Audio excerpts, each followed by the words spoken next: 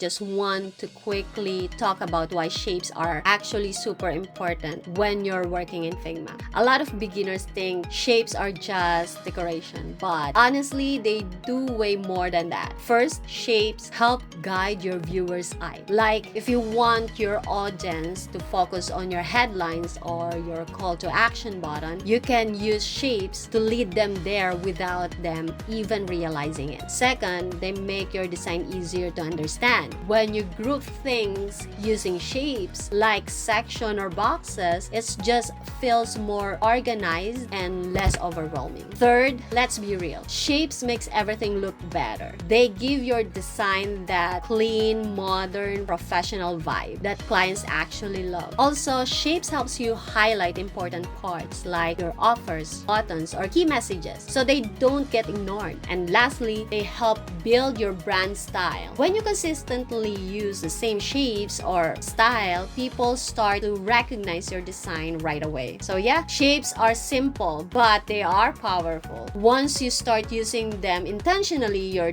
design in Figma will instantly look more polished. If you want a full tutorial of this video, just click the link below and visit my YouTube channel for the complete step-by-step guide.